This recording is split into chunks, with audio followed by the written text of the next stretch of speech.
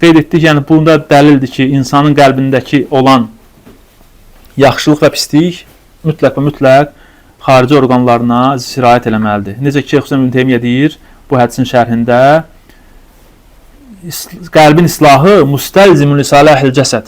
Qəlbin islahı salamat olması cəsədin salamat olmasını gərəkdirir. Əgər yoxdursa, tərsidirsə, demək ki, tərsidir. Və bu da deyir, bu qəlbin salamatı üzün cüzgilərində, dilin sözlərində özünü mütləq buruza verməlidir.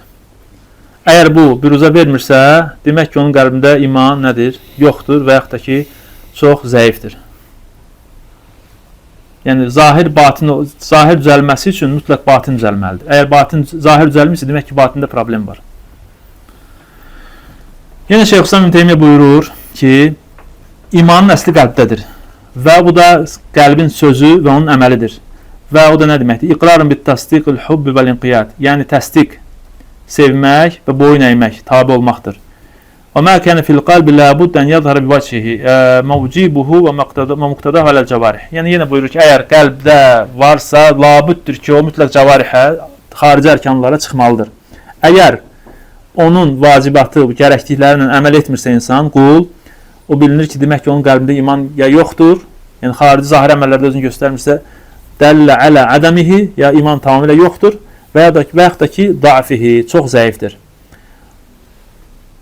Amma əgər qəlbdə əsl varsa, o əlbəttə ki, orqanlarına çıxacaq. Necə ki, Əbu Hüreyrədən gəlir, rivayət olunur, deyir ki, innəl qalb məlik, deyir ki, qəlb padşahdır və lə-əda cunudur, bunu qeyd etdik, orqanlar isə onun qoşunudur. Əgər fəin tabəl məlik, əgər padşah gözəl olarsa, düzgün olarsa, qoşunu da düzgün olar. Və idə xabisəl məlik, əgər deyir xabisəl məlik, padşah pis olarsa, xəbis olarsa, eləcə qoşunu da xəbis olar. Və buradan nə fayda çıxartmaq olar? Etiqadın salamatı, salamat olmağı, əməllərin də salamat olmağını gətirir. Haqqı batildən seçməyə gətirir və savabı da xatadan seçməyə gətirir, sözlərdən, əməllərdən.